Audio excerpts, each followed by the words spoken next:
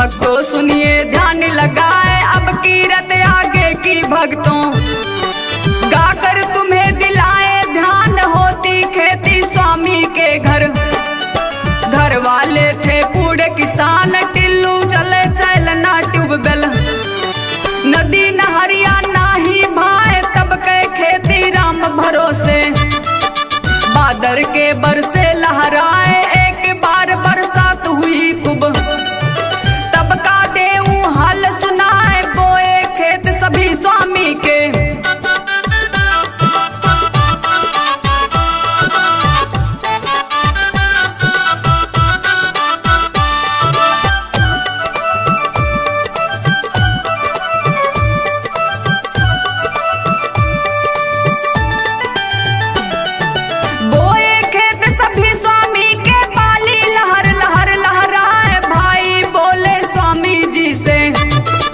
पशु पक्षी सब दाना खात, जाकर खेत करो रखवाली।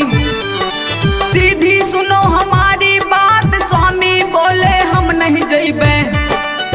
भाई जी तब गैर सियाए, कहा सुनी बच्चों की सुनकर। गंगा राम रहे समझाए, भाई अभी तुम्हारा छोटा, रखवाली को भेजो नाए। गंगा राम पितायस कह के वो चली गए दूसरे गांव, 4-5 दिन बाद लौटी हो।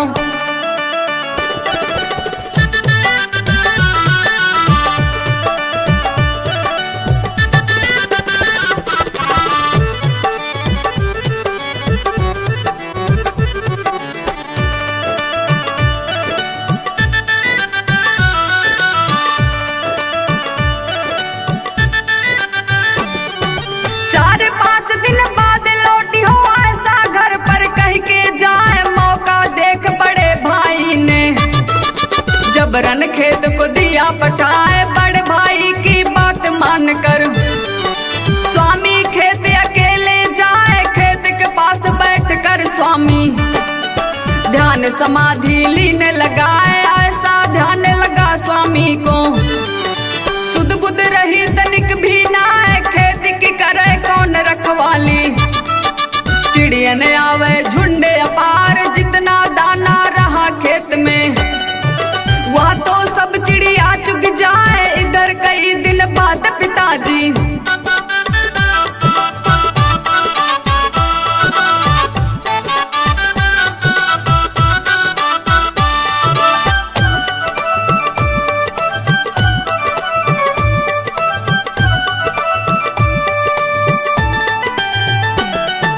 इधर कई दिन बाद पिताजी वापस घर जब पहुँचे आए, एक पहाड़ की रात बीत गई।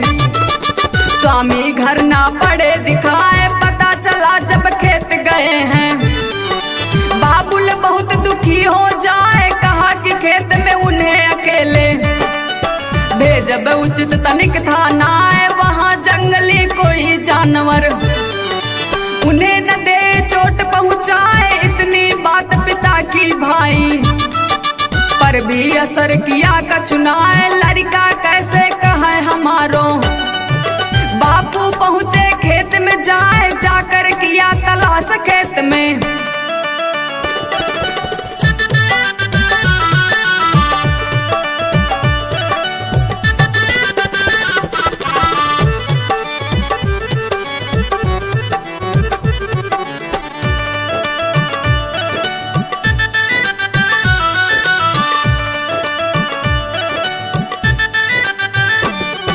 जाकर किया तलाश खेत में, स्वामी उनको पड़े दिखाए। वहाँ नजारा असकछ देखा, बापू अचरज में पड़ जाए। कुसा बिछाए लेटे स्वामी, खड़े जानवर उनके पास, भगा जानवर सभी पिताजी। लाल को लीना गोद उठाए, सही सलामत लालन पाकर। ठंडक बड़ी कलेजे माही, अगली सुबह बड़े भाई जब भक्तों अपने खेत को जाए, उनको खेत में बोए दाना। एको नाही बड़े दिखाए, तब क्रोधित हो घर को आए।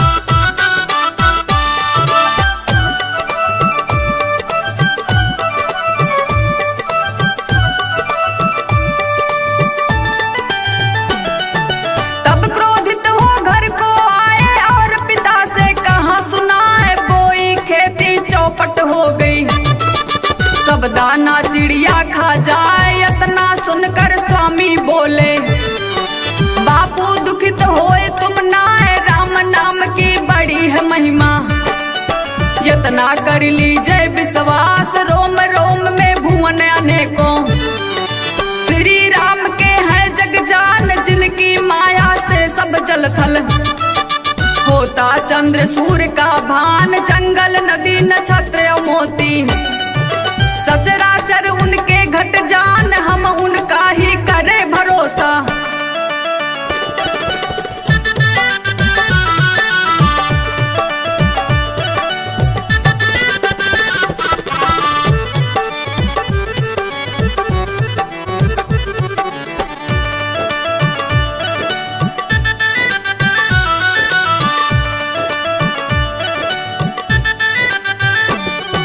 हम उनका ही करें भरोसा, उन पर है पूर्ण विश्वास, खेत सम्हारे राम हमारे, हमको है उन्हीं से आस, होगी फसल बहुत ही अच्छी, सुनो पिताजी अब की बार, भाई बड़े पिताजी के संग, अगली सुबह खेत पर जाए, कौन किनारे चौदिस देखे, हरियर फसल खड़ी लहराए, अचरज तब उनको मन में, हृदय फूले ना ही समाए, ऐसी फसल हुई ना पहले, जैसे हो गई अब की बार, अधिक उपज पा करके सबके,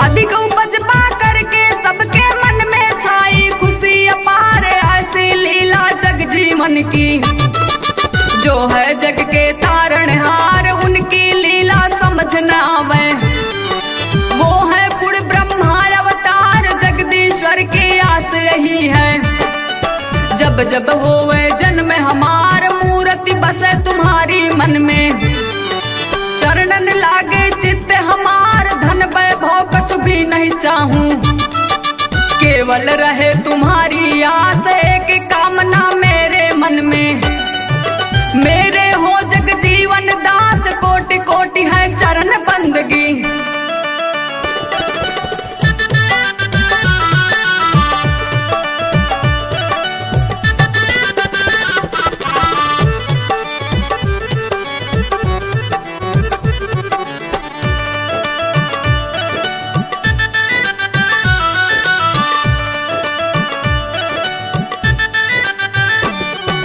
कोटि कोटि है चरण बंदगी, चरणों पे हो शीस हमारे, अंत समय में प्रभु जग जीवन, नयनन पाऊं दर्श तुम्हार, जब तब प्राण रहे घट भीतर, हरदम जपा करी सतनाम, मन तो लगा रहे सूरत में, और देह से जग के काम, अब अगली कीरत पर भक्तों, लाऊं खींच आपका ध्यान, एक समय आसन के ऊपर, स्वामी बैठ लगाए ध्यान, एकाएक साईं को घर में, तेज उजाला पड़ा दिखाए, ज्ञान विधान रूप तेजों में,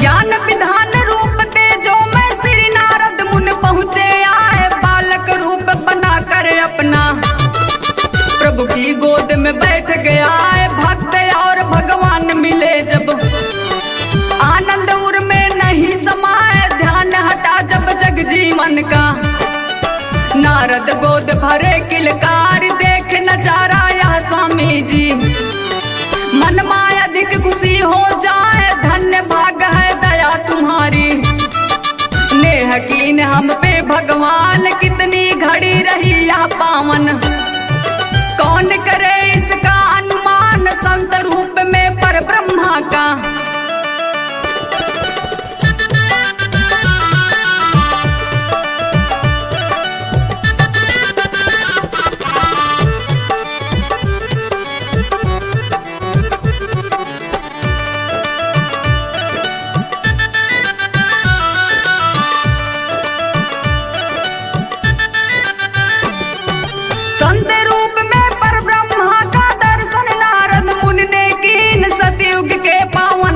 संगम को। कलयुग आए कि तारथ कीन जितनी देर हुआ यह संगम। शोभा कहे वरिन नहीं जाए पर ब्रह्मा सतयुग की लीला। यह कलिकाल रहे दिखलाए थोड़ी देर बाद नारद मुनि। गोद से हो गए अंतर ध्यान कहाँ से आए गए कहाँ को। कोई नहीं सका है जान स्वामी के अवतरण का कारण। अगली कीरत रही बताए यही कीरत में कार्य क्षेत्र का।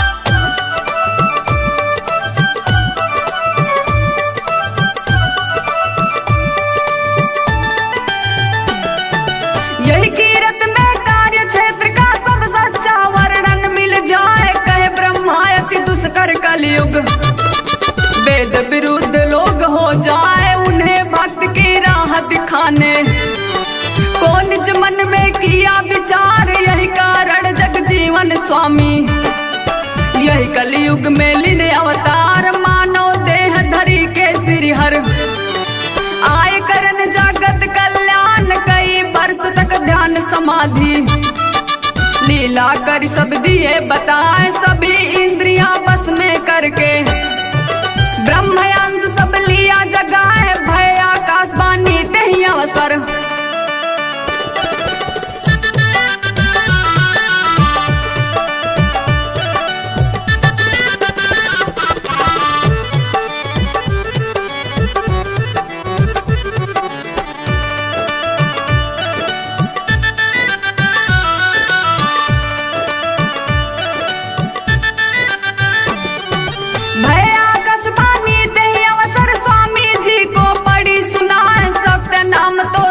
जगत में तिनके हृदय में बस जाए वही समैया दसों दिशा में। अनहत बाजे पड़े सुनाए ब्रह्म स्वरूप दिव्य ज्योति में। रूप हृदय में जाय समाए सत्य नाम सत्य का उच्चारण। मुख से स्वामी कीन्ह पुकार सोत श्याम धागा हाथों में। जग जीवन प्रभु लीनाधार पार ब्रह्म ने ध्यान लगाकर। सुमिरन माला किन तैयार पावन लरी की सैली करके।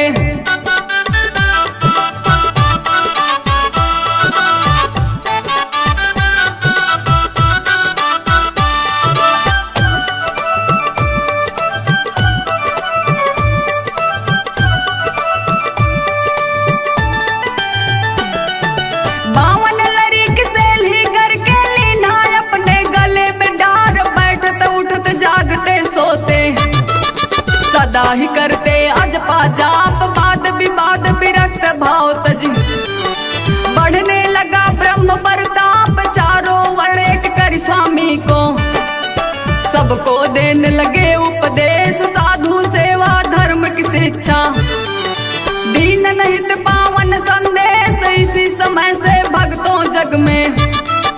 कायम पंथ हुआ सतनाम यही बात मर्यादा बन गई। जुड़ने लागे भक्त तमाम सत्य नाम तो सदा सत्य है।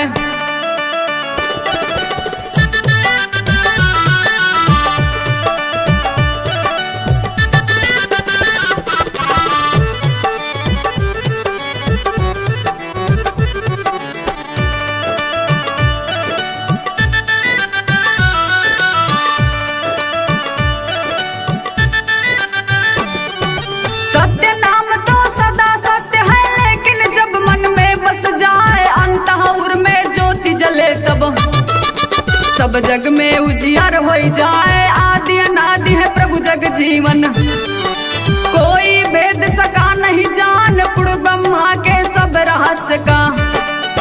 देव दनुज तक हुआ न भान कथा अलौकिक है कोटवा की। अगले भाग सुनाऊ जाए नमन करते हैं ज्योति पांडे। श्रोतागण को माथे नवाए